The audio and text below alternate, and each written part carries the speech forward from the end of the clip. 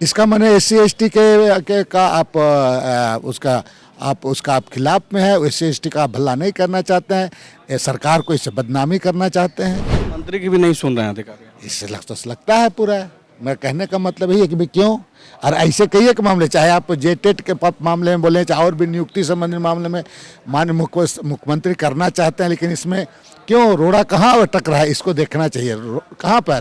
15 दिन का अल्टीमेटम आप दे रहे हैं, तो ये अधिकारियों के लिए है कि सरकार को आप अल्टीमेटम दे रहे हैं कि भाई 15 दिन में आप अपने अधिकारी से काम कराइए? अधिकारियों को दे रहे हैं, सरकार के लिए भी अल्टीमेटम है ये। राज्य में SC/ST वर्ग को उनको प्रोन्नति नहीं मिल रहा है और इसके बीच में राज्य के अधिकारी आ रहे हैं। यह आरोप बंधु तिर्की लगा रहे हैं, जो कि झारखंड कांग्रेस के कार्यकारी अध्यक्ष हैं और विधायक भी हैं। क्यों ये आरोप जो है आपको अधिकारियों पर लगाना पड़ रहा है? देखिए, झारखंड प्रदेश में वरीय पदाधिकारियों का, चाहे उनका लापरवाही कहें, इच्छा शक्ति कहें, उनका इच्छा शक्ति का अभाव, या कोई साजिश कहें, वो जितने तमाम चीज़ों में देखा जाए तो इनकी लापरवाही के चलते जो संघीय व्यवस्था है इसको कमज़ोर किया जा रहा है। मैं ऐसा इसलिए कह रहा हूँ कि जितने भी आप देखेंगे कि माननीय मुख्यमंत्री के आदेश के बावजूद कई एक ऐसे मामले ठंडे बस्ते में डाल दिए जाते हैं। इसका जीता जागता अभी हाल का उदाहरण भी है कि आज 2 साल मेरे द्वारा लाया गया था, सवाल था SC/ST के प्रोन्नति के संबंध में। वर्तमान विधानसभा अध्यक्ष के द्वारा विशेष कमेटी गठित की गई। कमेटी के द्वारा रिपोर्ट माननीय अध्यक्ष महोदय के माध्यम से सरकार के पास में जमा किया गया। सरकार ने इसके लिए वरीय पदाधिकारियों को समीक्षा के लिए देखने के लिए, जबकि रिपोर्ट चला गया, विधायक का समिति का रिपोर्ट चला गया, फिर भी उसको समीक्षा की गई। समीक्षा करने का समय लगा।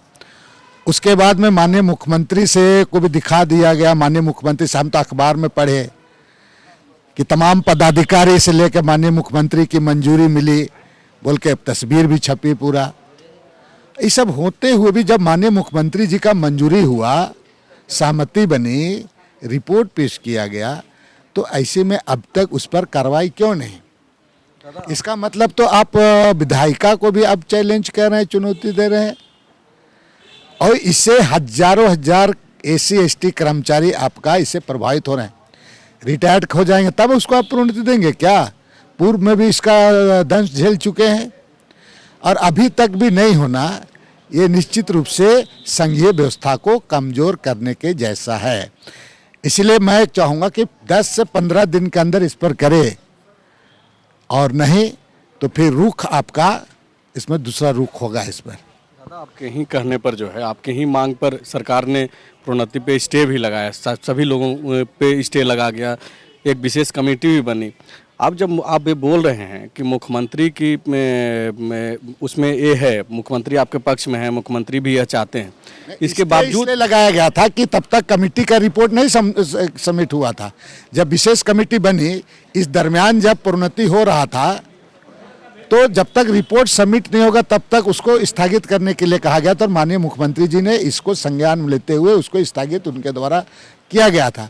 लेकिन अब रिपोर्ट सबमिट कर दिया गया, पदाधिकारियों के द्वारा समीक्षा की गई, फिर उनके कहा गया कि भाई माननीय मुख्यमंत्री के द्वारा अब मंजूरी भी हो चुकी है, अब SC/ST को प्रोन्नति में का रास्ता साफ हो जाएगा।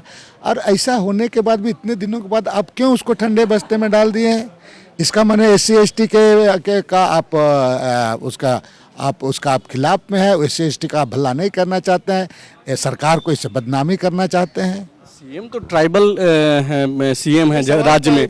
दूसरी बात यह है दादा कि जब आप अधिकारियों के ऊपर सवाल उठा रहे हैं तो वही अधिकारी तो सीएम को रिपोर्ट करते हैं। सीएम तो जो काम बोल रहे हैं वो हो रहा है। मैं कह रहा हूं कि सीएम के द्वारा तमाम पदाधिकारी सीएम को ऑलरेडी इसके संबंध में सारा समीक्षा करने के बाद सीएम मंजूरी इस पर दे चुके हैं, और तमाम पदाधिकारी सीएम साथ में तस्वीर भी आ गई अखबार में कि अब रास्ता साफ प्रोन्नति के संबंध में।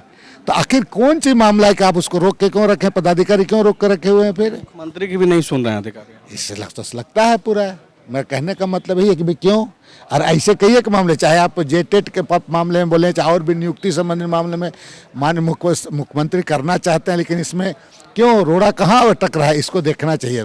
कहाँ पर बाधा डालने वाले कौन लोग हैं? ऐसे पदाधिकारियों को, मुख्यमंत्री को खुद इसको समझना चाहिए। इसको ये जो 15 दिन का अल्टीमेटम आप दे रहे हैं, तो ये अधिकारियों के लिए है कि सरकार को आप अल्टीमेटम दे रहे हैं कि भाई 15 दिन में आप अपने अधिकारी से काम कराइए? अधिकारियों को दे रहे हैं, सरकार के लिए भी अल्टीमेटम है ये। अच्छा, एक दूसरा सवाल इससे अलग ये पूछ रहे हैं कि नौकरी के लिए जो युवा सड़कों पे दौड़ रहे हैं, उनके लिए कांग्रेस के पास क्या तरकीब है, खास करके झारखंड में? क्योंकि मुख्यमंत्री ये बोल रहे हैं कि भाई नौकरी वोकरी के पीछे भागना जरूरी नहीं है, पैसा कमाना है तो कैसे कमा सकता है आदमी। देखिए, मैं माननीय मुख्यमंत्री की इस बात से सहमत कुछ हद तक हूँ कि भाई आप हैं, लेकिन पूरा नहीं, इसलिए कि भाई क्यों नहीं नौकरी के लिए दौड़ेगा?